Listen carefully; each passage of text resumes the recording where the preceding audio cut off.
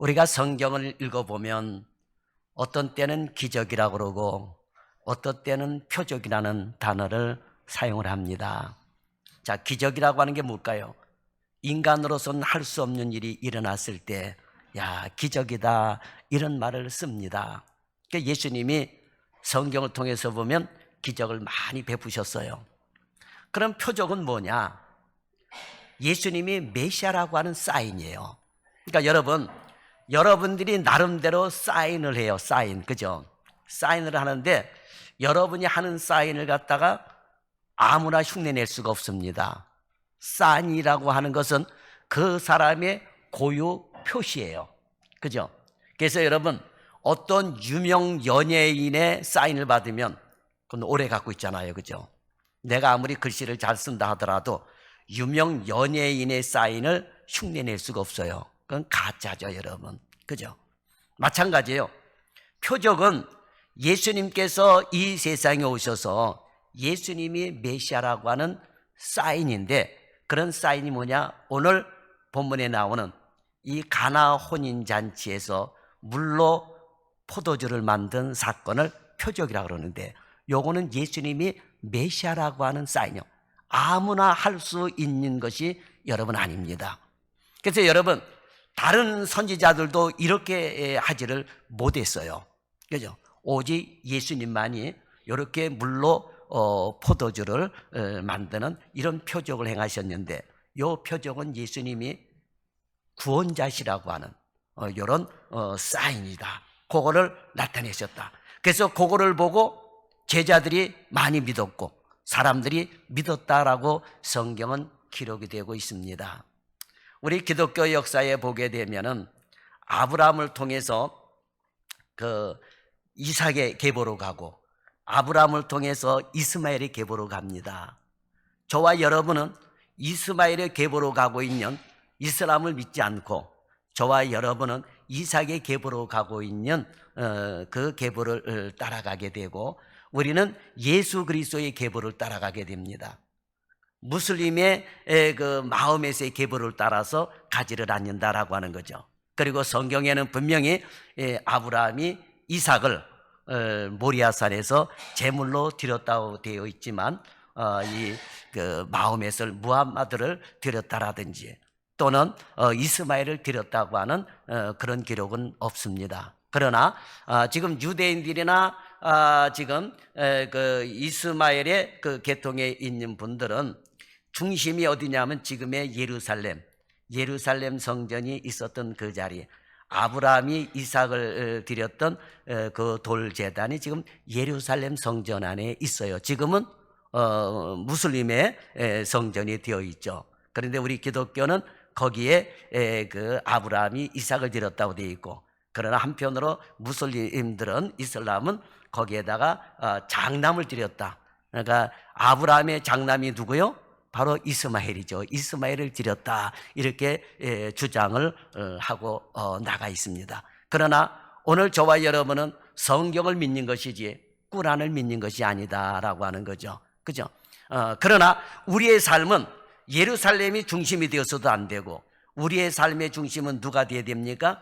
예수 그리스도가 되어야 된다라고 하는 거예요. 자, 태초에 하나님이 천지를 창조하셨습니다. 하나님이 보시기에 심히 아름답게 창조하셨어요. 그러나 최초의 인간 아담과 하와가 타락함으로 인하여 인간에게는 죽음이 왔고, 그리고 하나님은 인간의 구원을 위한 수많은 기적을 인간들에게 베풀어 주셨습니다. 그러니까 성경에서의 기적이나 표적은 타락한 인간을 구원하기 위한 하나님의 사랑의 역사라고 하는 사실입니다. 그래서 구약 성경에는 수많은 기적적인 사건들이 줄을 이루며 말씀이 전개되어 나가고 있습니다.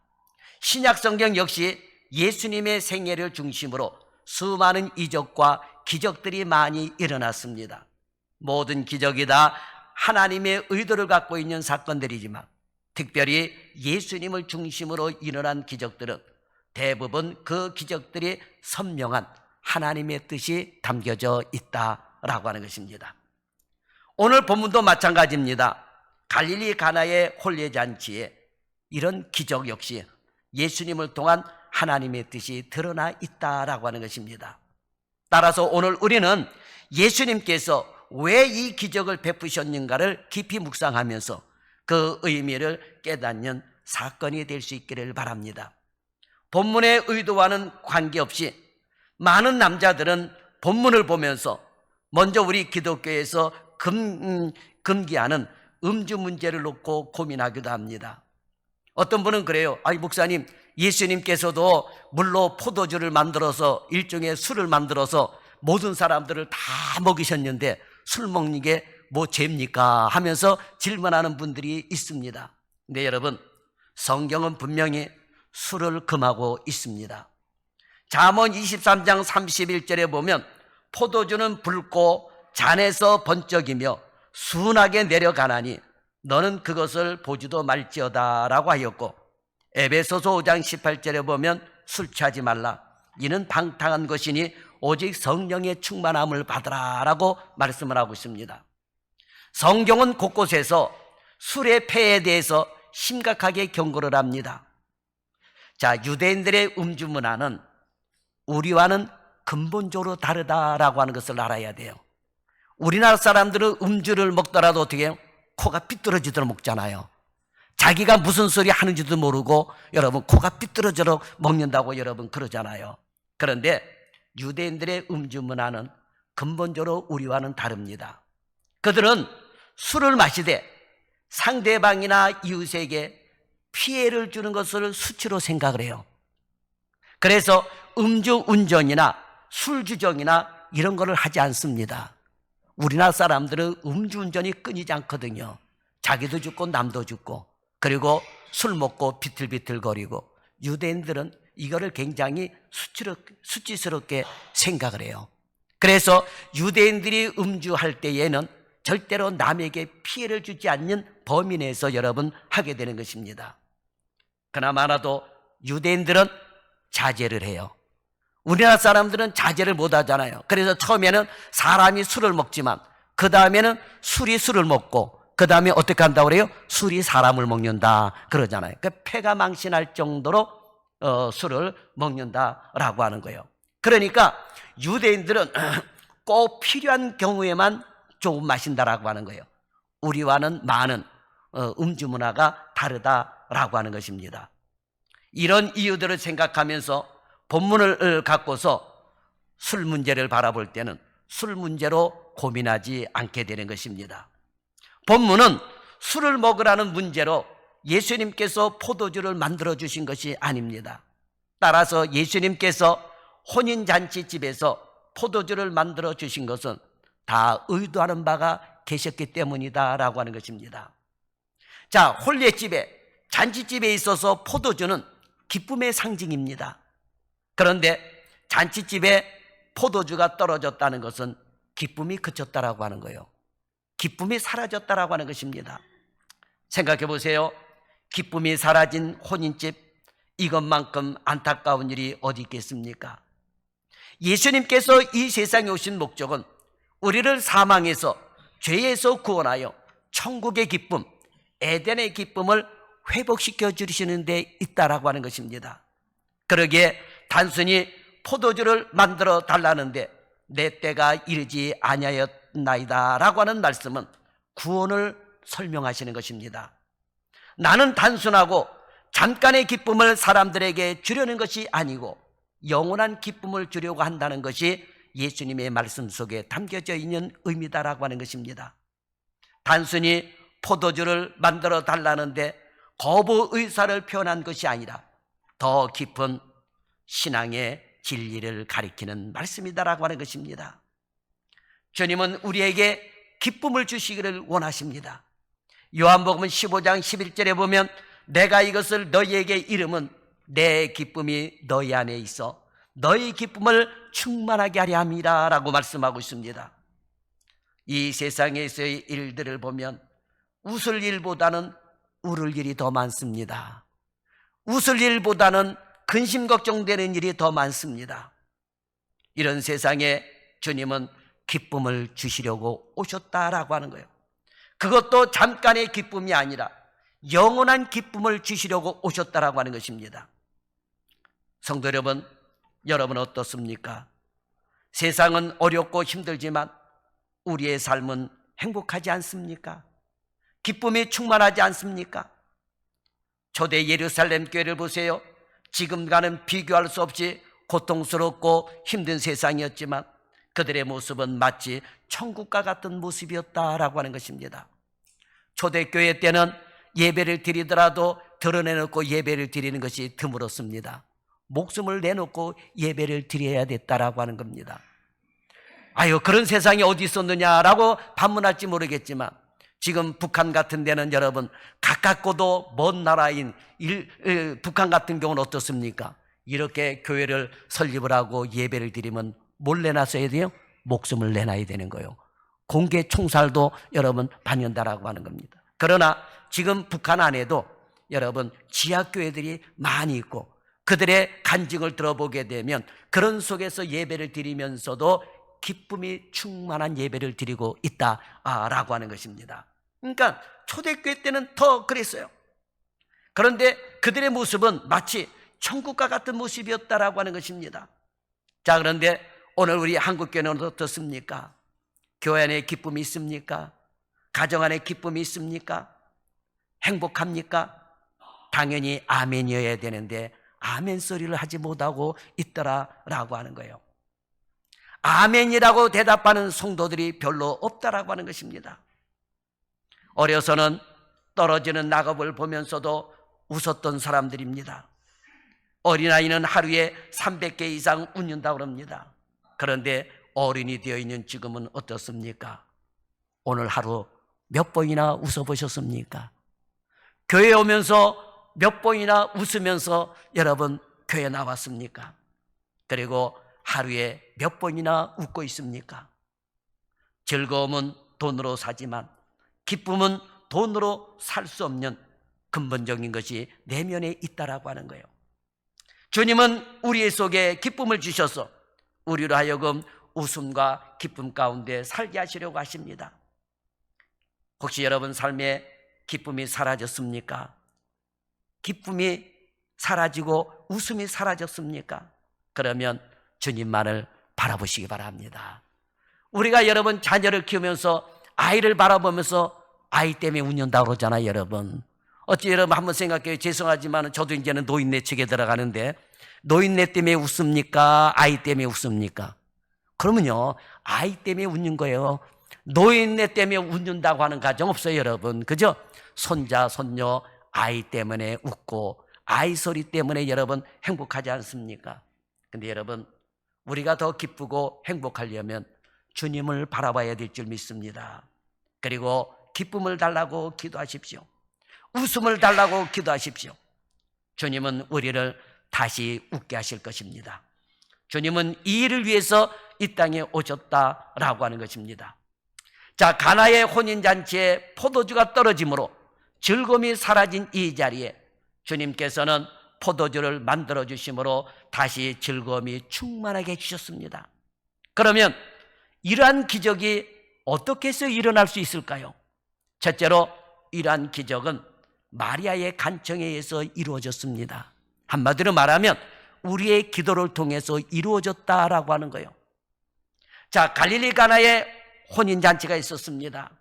그런데 그만 잔치가 끝나지도 않았는데 포도주가 떨어지고 만 것입니다. 유대인이 마시는 포도주는 독하지 않도록 비교적 알코올 도수가 낮다라고 하는 것입니다. 유대인들은 이런 저알코올 포도주를 즐겨 마셨다라고 하는 거예요. 그러나 그렇다고 우리나라의 음주처럼 취하여 정신을 잃을 정도로 마시는 법은 없다라고 하는 것입니다. 유대 사회에서 제일 경멸하는 것 중에 하나가 술에 취해서 비틀거리는 거래요. 우리나라는 음주에 대해서 굉장히 관대하거든요. 음주를 하고 사고를 내도 뭐요? 술 취해서 그렇습니다 그러면 이상하게 술 취해서 그렇다는데 폭력을 쏘도 살인을 저질러도 음주운전을 해도 굉장히 관대해요. 그러나 유대 사회에서는 이렇게 술 취해서 비틀거리고 운전하고 남에게 피해를 주는 그런 행위를 하지 않는다라고 하는 거예요. 그리고 그런 사람을 굉장히 경멸을 합니다. 그저 그들은 술을 마셔도 포도주를 마셔도 갈증을 해소할 만큼만 기분이 좋을 정도만 마신다라고 하는 거예요. 그러니 예수께서 술을 만드셨다는 것을 술을 마셔도 된다는 것으로 확대 해석을 해서는 안 된다라고 하는 거예요. 잔치집에 영을 돋아야 할 포도주가 떨어지자 예수님의 모친 마리아는 예수님께 이 문제를 이야기했습니다. 예수의 어머니가 예수에게 이르되 저들에게 포도주가 없다 하니, 다시 말하면 흥겨운 잔치에 혼인잔치가 망치게 생겼다라고 하는 거예요. 흥이 사라지게 되고 기쁨이 사라지게 됐다라고 하는 거예요. 그런데 예수님께서 뭐라고 말씀하셨습니까? 예수께서 이르시되 여자여 나와 무슨 상관이 있나이까? 내 때까지 이르지 못하였나이다 그랬어요. 자, 본문의 흐름과는 상관이 없지만 사람들이 오해하는 말 중에 하나가 여자여라고 하는 말입니다. 어떻게 어머니를 여자여라고 부를 수 있느냐라고 하는 거예요. 자, 예수님은 어머니 마리아를 십자가에 달리셨을 때도 요한복음 19장 26절에 보면 한 번 더 여자여라고 불렀어요.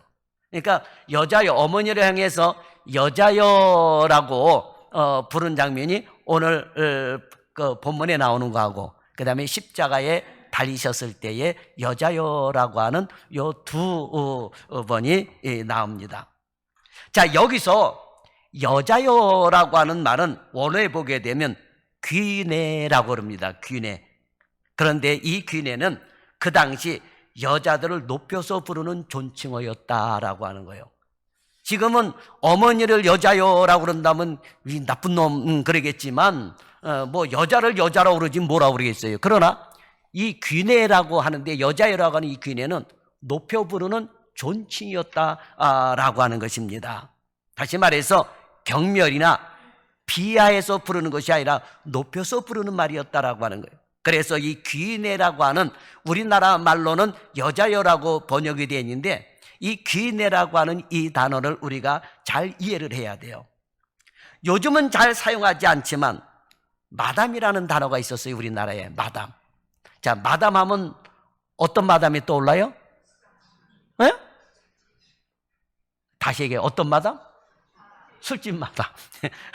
자, 마담이라는 단어가 여러분 어느 나라 단어입니까? 그렇죠. 프랑스어예요. 프랑스어입니다. 마담. 그런데 마담이라고 하는 이 단어가 존칭어예요, 여러분. 아무한테나 마담이라고 하는 단어가 붙인 게 아니에요. 프랑스 같은 데서는 귀부인을 마담이라고 했어요.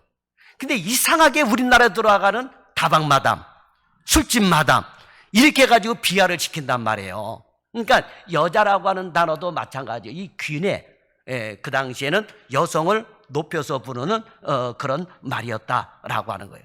그런데 마담이라는 단어도 우리나라에 와가지고 굉장히 안 좋게 인식이 돼버려서 술집 마담, 뭐 다방 마담, 이게 마담이라고 하는 단어가 이 존칭이고 귀부인에게 사용이 되는 건데, 이상하게 우리나라에 와가지고는 변질이 돼버린 거예요.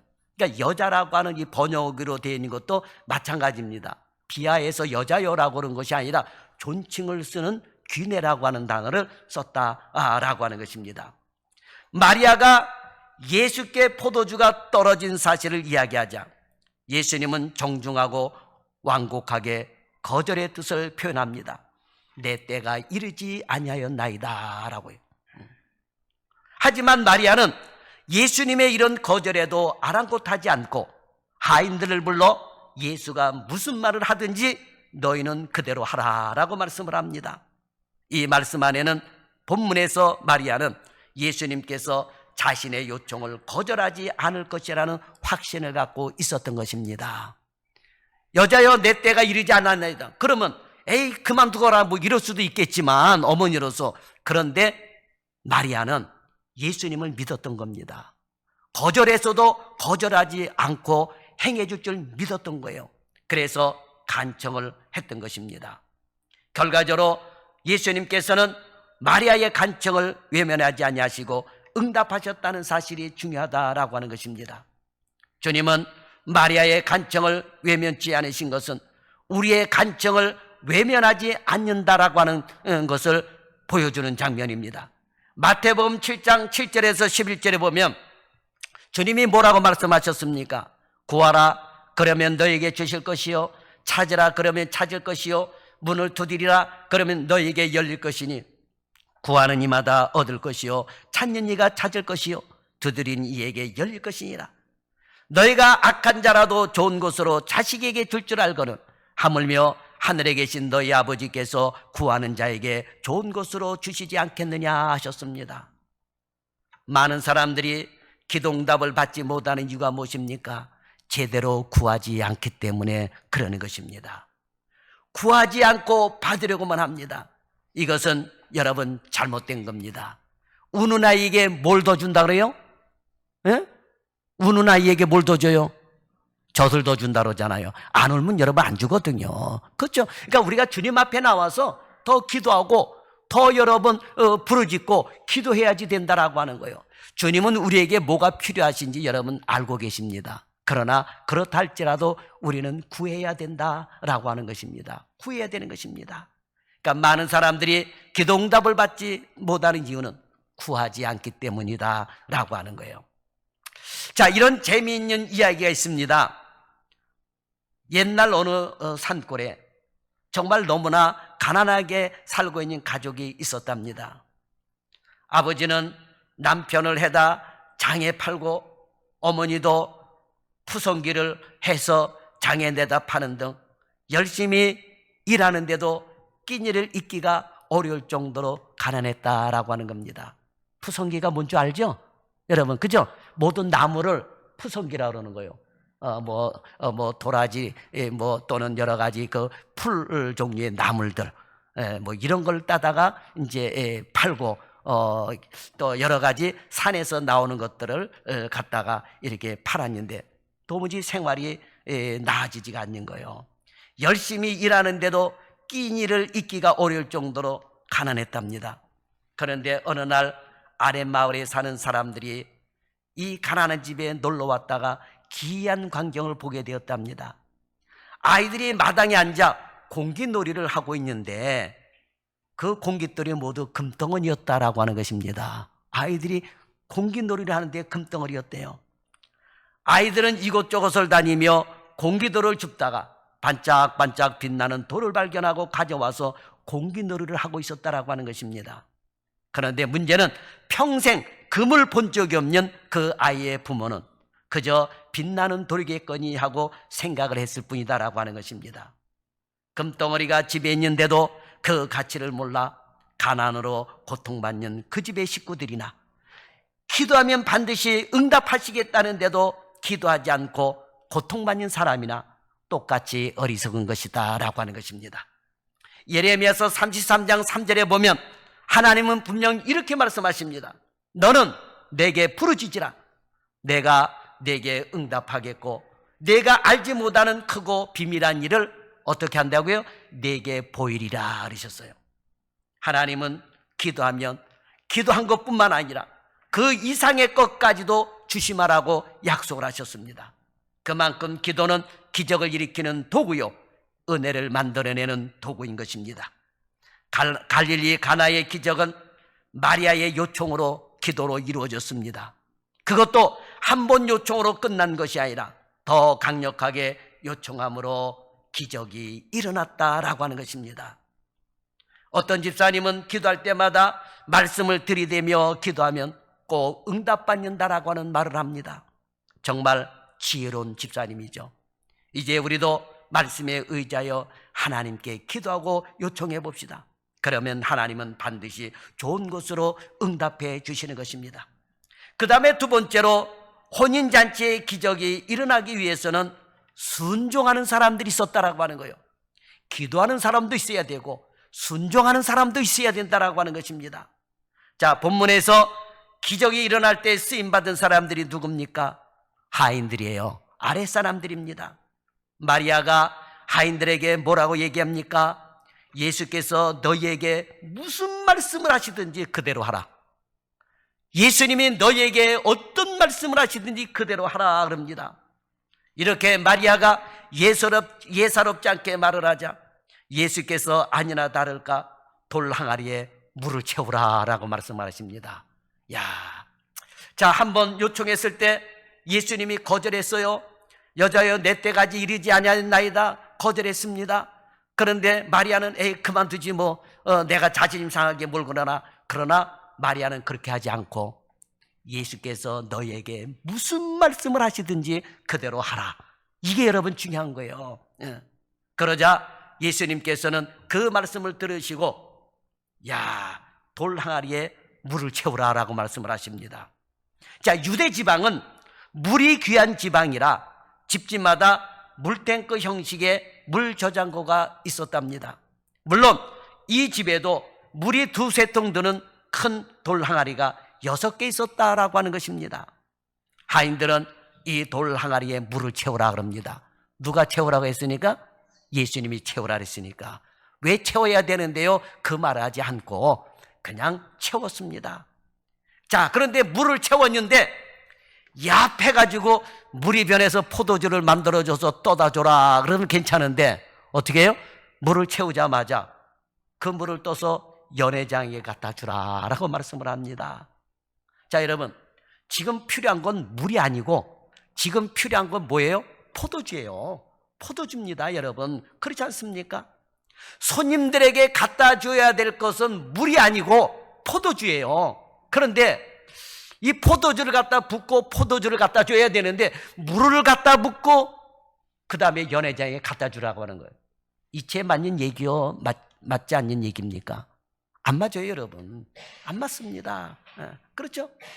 지금 손님들에게 가져다 줘야 될 것은 물이 아니고 포도주요. 자, 그런데도 하인들은 어떤 불만이나 불평으로 여러분 불순종하지 않고 말씀대로 물을 떠서 연회장에게 갖다 주었다라고 하는 거예요. 연회장에게 갖다 주었다. 자, 여러분, 이 순종이 얼마나 중요하냐면 지금 어떤 사람은 그래요. 아니, 목사님, 내가 지금 당장에 필요한 건 돈이지 예배 드리는 게 아닙니다. 그러면서 주일날 예배 안 드리고 돈 벌러 가는 사람들이 있어요. 당장에 필요한 건, 그죠, 여러분? 지금 당장에 필요한 건 포도주지 물이 아니거든요. 그런데 지금 당장에 필요한 건 지금 우리에게 현재 돈이 아니고 먼저 예배가 먼저다라고 하는 거예요. 말씀에 순종하는 것이 먼저다라고 하는 거예요. 그 다음에 일은 하나님께서 놀라운 기적으로 우리의 필요를 채워주실 줄 믿습니다. 자, 연회장에 물을 떠다 주라 그랬습니다. 그런데 연회장이 받은 물은 받는 그 순간 물이 아니고 뭐였어요? 포도주였습니다. 포도주였다라고 하는 거. 그것도 오늘 본문 10절에 보세요. 연회장의 고백입니다. 사람마다 먼저 좋은 포도주를 내고 취한 후에 낮은 것을 내거늘 그대는 지금까지 좋은 포도주를 두었도다 그럽니다. 사람들은 보통 더 좋은 걸 먼저 주잖아요. 그리고 나중에 나쁜 것을 내놓게 되거든요. 어쩔 수 없이 그거는. 그렇잖아요, 여러분. 그런데 야, 연회장이 물을 마시고 나서는 야, 이게 포도주, 물이 아니고 포도주였어요. 그것도 질 낮은 포도주가 아니라 질 좋은 포도주였다라고 하는 것입니다. 여러분, 이렇게 놀라운 기적이 일어난 현장마다 충성되고 순종하는 사람들이 있었다라고 하는 것입니다. 기드온이 13만 5천이나 되는 미디안 사람들을 물리칠 때도 300명의 헌신된 용사들이 있었습니다. 예수님께서 떡 5개와 물고기 2마리로 5,000명이나 되는 사람을 먹이실 때도 한 어린아이의 헌신이 있었던 것입니다. 그 오병이어를 5,000명이 넘는 사람들에게 의심 없이 나눠줬던 제자들의 순종이 있었던 것입니다. 에게 이게 뭡니까? 에게 저게 뭡니까? 여러분, 그렇지 않다라고 하는 것입니다. 오늘 우리 교회도 마찬가지입니다. 우리 교회가 이렇게 세워져 올 정도까지 여러분 몇십억을 손에 쥐고 한 줄 아십니까? 그렇지 않아요, 여러분. 건축원금이 10,000원서부터 10만원서부터 100만원서부터 이렇게 모아져가지고 오병의 기적처럼 일어나가지고 교회가 세워지고 왔다라고 하는 것입니다. 그러니까 여러분, 순종하는 사람들의 손길을 통해서 하나님의 교회가 세워지고 예수님의 놀라운 표적의 역사가 일어나게 된다라고 하는 것입니다. 그러므로 기적은 언제나 순종된 사람, 순종의 사람을 통해서 일어나는 것입니다. 그래서 사무엘상 15장 22절에 보면 순종이 제사보다 낫고 듣는 것이 수양의 기름보다 나으니라 그러셨습니다. 헌신된 사람의 특징은 순종이고 헌신하지 않는 사람의 특징은 불순종인 것입니다. 하나님은 헌신하는 사람들의 순종을 통하여 일하시고 순종하는 사람에게 복을 주시는 분이다 라고 하는 사실을 잊지 않기를 바랍니다. 옛날 이야기 가운데 이런 이야기가 있습니다. 임금이 한 신하를 불러 이상한 명령을 내렸습니다. 이 우물물을 길어 저기 밑빠진 독에 가득히 채우라 그럽니다. 밑빠진 독에 물을 채우라 그러니 밑빠진 독에 물을 채울 수 있습니까? 없습니까? 우리 같으면 어떻게 할 거예요? 아유, 임금님 어떻게 밑빠진 독에 물을 채우라 그럽니까? 그럴 수 없습니다 라고 거절할 수도 있겠죠. 그렇지만 충성스러운 신하는 오직 임금의 명령만 생각하면서 밤을 낮사라 물을 길어 날랐답니다. 우물이 바닥에 드러날도록 열심히 퍼날랐지만 밑빠진 독을 채우지 못했습니다. 신하는 임금 앞에 무릎을 꿇며 이렇게 얘기했답니다. 임금님 용서해 주십시오. 독에 물을 채우지 못했습니다. 그러자 임금은 빙그레 웃으면서 이런 말을 했답니다. 너의 충성을 내가 아노라. 바닥에 드러난 우물 속에 무엇이 있는지 보고 그것을 가져오너라 라고 명령하셨습니다. 바닥 속에 있었던 것은 다름 아닌 금덩어리였다라고 하는 거예요.